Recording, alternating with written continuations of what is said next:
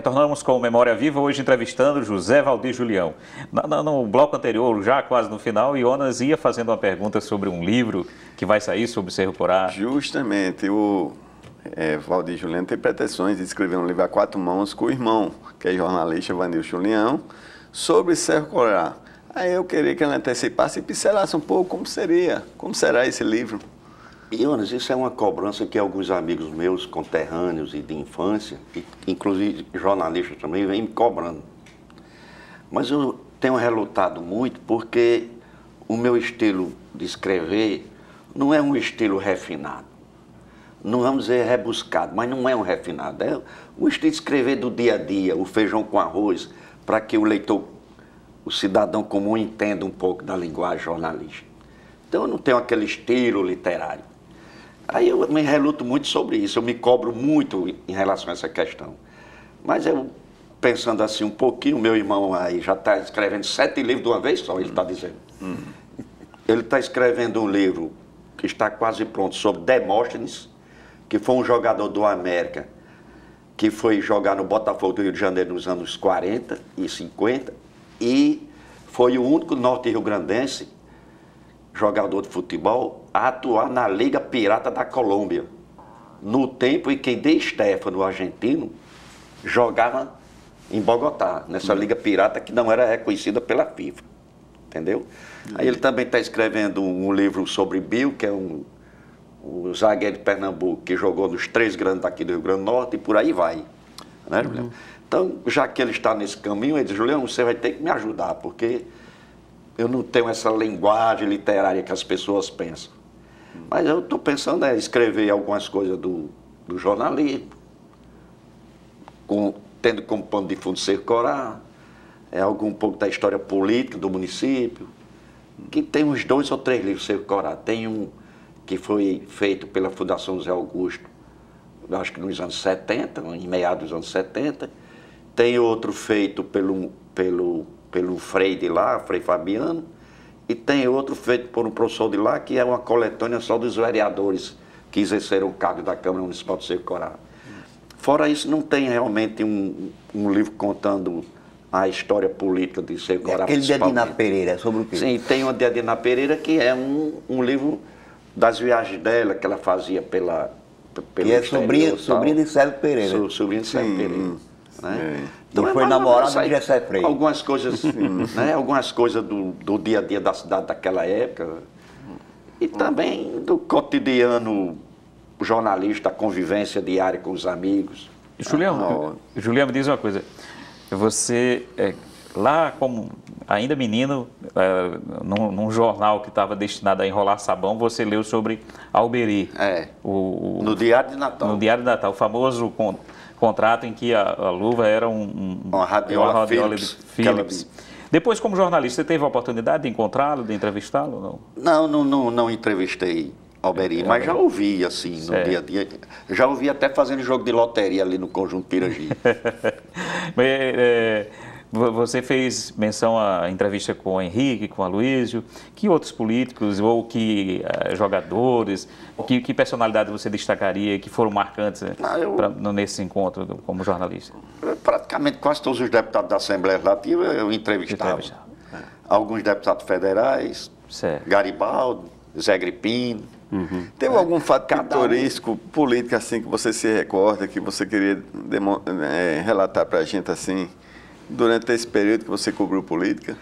É o seguinte, quando eu fui surpreendido com o convite para vir para a TV Universitária, foi uma sugestão de um cinegrafista. Para você ver, não é da redação impressa. Mas eu tenho uma circulação entre essa juventude do jornalismo muito grande, e ele sugeriu o nome. Disse, não me bote lá não, que eu sou um repórter de província, eu não tenho muito o que contar. Mas eu achei interessante assim, em 90, acho que 90 e por aí, na campanha de Lavoisier, não sei o quê, eu fiz uma matéria pequena, mas que deu um reboliço grande danado. Quer dizer, jornalista, eu leio o Diário Oficial do Estado, o Diário Oficial do município de Natal, os diários eletrônicos do Tribunal de Contas, e da Assembleia Legislativa todo dia. Porque é fonte de informação e fonte de notícia. E um certo dia, em 1990, eu acho, 92, eu folheando o diário de oficial, tem uma informação que 2 secretários de governo, que tinham propriedades, eu acho que na região do Mato Grande, ou aqui próximo, a Natal, vendendo terra, naquela nem se falava muito tempo em invasão de terra, mas já tinha, né? De títulos da dívida agrária, né? Certo. TDAs, né? TDA. Vendendo essa parte das fazendas que eles tinham em troca de TDAs. Eu acho que na época não acho que tinha, mas essa informação foi uma matériazinha pequena, só em cima de uma publicação do Diário Oficial, e deu um rebu danado. Aí Zé Agripino disse que não convivia com improbidade, demitiu os dois secretários, saíram. Eu não sabia que jornalista tinha tanta força, o jornal, né? Aí você sentiu o poder da imprensa. Da imprensa. Eu senti o poder da imprensa, não do jornalista. Eu fiz a coisa normal, como se fosse uma coisa comum. O poder da notícia contra o poderoso. Rapaz, aí é incrível. Aí tem essas informações assim. É porque às vezes a gente, para quem está fora do jornal, acha que fazer jornalismo a gente tem que estar levando porrada ou se submeter a algum tipo de censura, não sei o quê. Tem a parte também que a gente faz coisas com naturalidade. O resto é consequência. O importante é a notícia estar no outro dia para que o leitor visse no jornal. Sem dúvida. O que resultaria dali, o jornalista não é protagonista da história. Eu até agradeço estar aqui, mas não era para eu estar aqui. Jornalista não é notícia. Você acompanhou a história, você é a memória viva. Faz né? parte da história. Não exagere, né? Então, quando você perguntou alguns fatos pitorescos, eu cito esse. Agora, para se lembrar de memória assim, é complicado. Tanto é que eu disse a você que eu tenho esse defeito. Não faço o rascunho das coisas que eu convivi. Mas esse é um pitoresco do resultado da notícia. Mas eu queria que você dissesse um fato pitoresco envolvendo você e seus colegas da área. Rapaz, um hilariante. Tem muitos fatos hilariantes, né? O pessoal gosta dessas coisas. Em 1990 também, na época da candidatura Lavoisier, para fazer... Era Lavoisier contra José Agripino. Para fazer marketing político, aí criou-se o Trem das Águas, que era uma viagem que saía de trem aqui, da Ribeira até Macau. Certo. Aí chamaram o jornalista e tal, e a gente foi. Isso em 1990? Em 1990. Eu, Carlos Moraes, que era meu editor que foi meu editor de esporte na República, No meio do caminho, já que onde o trem ia parando, aí eu tinha um discursozinho. Aí fizeram um intervalo lá em Pedavilina. Aí o Carlos Moraes e Julião, bora tomar uma cervejinha ali no botequim aqui em Pedavilina. Só 2 cervejas, só uma cerveja, porque senão a gente perde o trem. A gente foi pro botequim, tomamos 2 cervejas e perdemos o trem. Não tomaram só 2, né? Acho que tomaram umas 2. Eu, ele. E agora, cadê o trem? Só tem uma solução. A gente pegou um táxi, chegamos na frente do trem lá em Afonso Bezerra.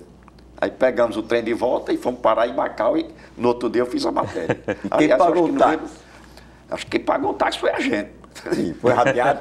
Deve ter sido rateado, né? Então, essas coisas que... Pensei que você tinha levado a nota para Garibaldi ou para Zé Agripino. Valdir, apesar que você anteriormente afirmou que não é filiado a partido político, mas você, politicamente, você sempre tem, assim, atuado. Foi do sindicato jornalista, né? Foi algumas vezes. Algumas vezes também. Você, como eu digo, cobriu política e você tem posicionamentos políticos interessantes.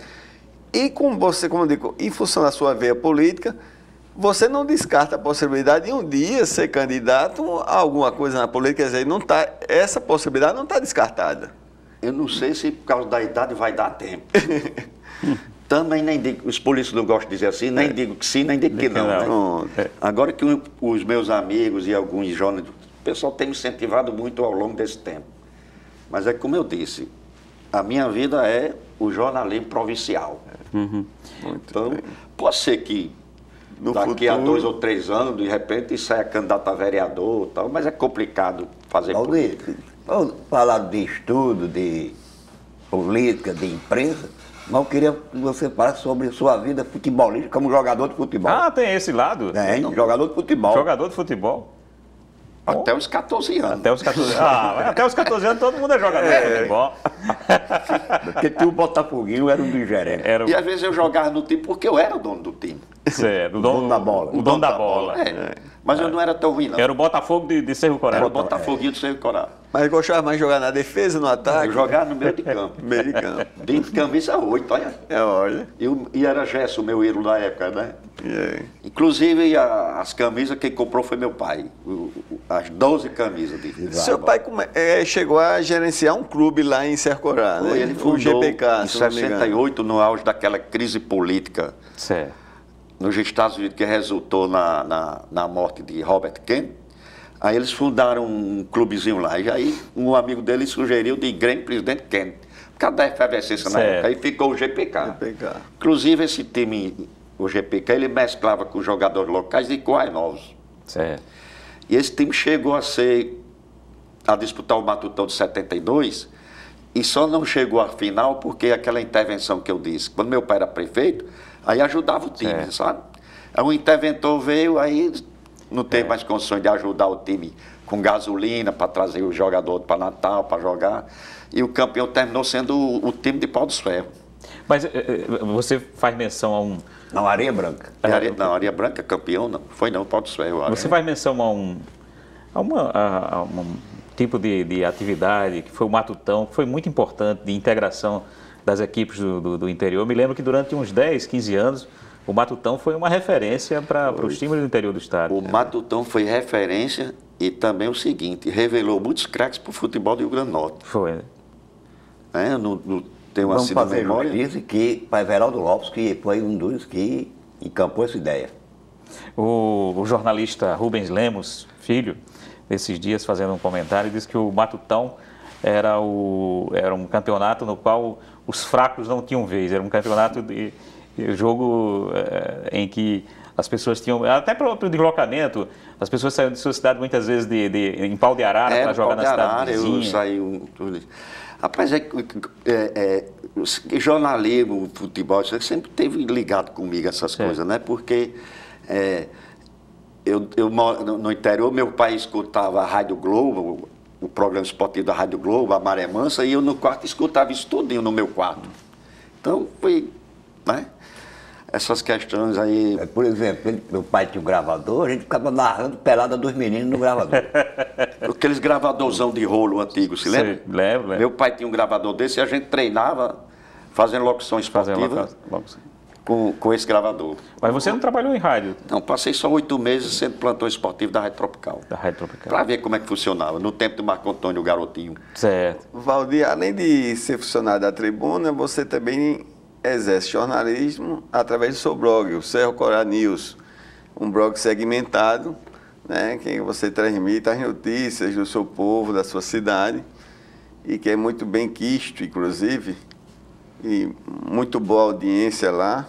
E me diga uma coisa, você pretende ampliar continuar através do seu blog, ampliar assim para um site, um portal, transformá-lo em portal, ou você... Eu penso transformar o blog num sitezinho melhor encorpado. Eu não fiz ainda porque eu não tenho tempo, eu estou com o dia a dia da Tribuna Norte e não tenho muito tempo para estar com um negócio mais profissional. Mas ele está funcionando. Semana passada mesmo, com o afastamento da prefeita lá, ela voltou o cargo, mas foi afastada. A audiência chegou a 3.500 acessos no dia. Muito bom. Um blogzinho do interior eu achei sensacional. Excelente. Né? Aí meu blog é isso, para contar a vida das pessoas, da riqueza humana de Cerro Corá, dos personagens. E ele é segmentado, você não coloca matéria assim de polícia, de outros países, estados? Não coloco material de violência, raramente coloco material de polícia no blog, porque é pulsão minha, sabe? Eu não quero que o blog tenha audiência só por fato de certas notícias. O próprio nome e nem matérias nacionais também, segmentado mais para as coisas da cidade. Me diz uma coisa, Julião, você que tem com essa experiência fantástica de repórter, trabalhou em diversos jornais, trabalhou em rádio, tem um blog que tem audiência. Como é que você avalia o jornalismo hoje e especialmente essa coisa que de vez em quando está pautando, inclusive a política, que é a chamada fake news? Como é que você avalia isso? A semana passada a gente fez uma entrevista com o Eugênio Butzi, né? Certo. Falando justamente sobre isso. Acho que fake news sempre existiu. Certo. De notícia falsa, isso e aquilo. O problema é que hoje ela ganhou uma dimensão enorme por causa da internet. Devido... você coloca uma coisa hoje na internet e a rapidez com que a notícia se propaga é enorme. Então isso tem um reflexo grande por causa disso. Mas eu acho o seguinte, o que vai prevalecer sempre é o bom jornalismo. Nós estamos assim, eu acho que estamos numa fase de transição, mas no final vai prevalecer o bom jornalismo, o bom texto, certo. O jornalista na essência é o que vai prevalecer. Vai prevalecer. Porque as pessoas vão começar a sentir isso. A credibilidade do jornalista que está escrevendo é que vai prevalecer. Agora, essas notícias falsas, coisas, o leitor, o cidadão comum, ele, se tem uma notícia, ele tem que investigar, ver a procedência, ver a fonte, se é um site que merece crédito, se não é. É preferível que a própria população vai exercendo ela vai de forma crítica esse controle, né?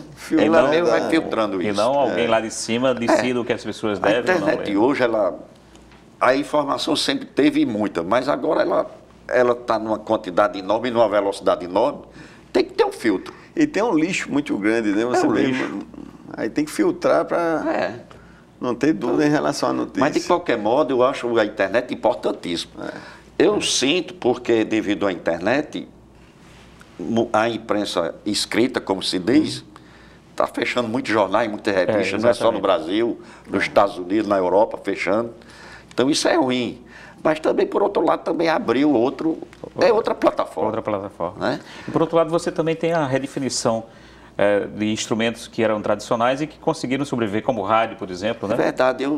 Antes de sair para cá, eu vi, tem vários programas pela manhã, inclusive, principalmente político. Então, eu acho que o rádio está renascendo um pouquinho. Eu gosto de assistir muita Jovem Pan. Aí o cabo lá de Brasília, toda vez que entra, ele diz: a TV no rádio. Ele está ficando bom. Porque eu acho o seguinte, o que falta, por exemplo, ao rádio do Rio Grande do Norte é mais reportagem de rua. De estar presente no fato. Então hoje você faz mais um rádio de estúdio, não é? E de entrevista. Certo. E de repetição de notícias, que sai inclusive nos jornais impressos e na internet. Dessa chuvarada que houve na Zona Norte, o rádio devia estar lá presente. Felizmente, o nosso tempo, o tempo da televisão, é um tempo mais curto. Estamos chegando ao fim. Eu queria, nesse momento que é também de despedida, agradecer enormemente a você pela disposição de contar um pouco da sua trajetória, da sua experiência como jornalista, como repórter. E agradecer ao Jonas pela contribuição com o nosso programa, ao Vanilson também. E ficamos por aqui. Convidamos você a acompanhar nossos próximos programas, sempre resgatando personagens que contribuíram com a história do Rio Grande do Norte nesta nossa memória viva.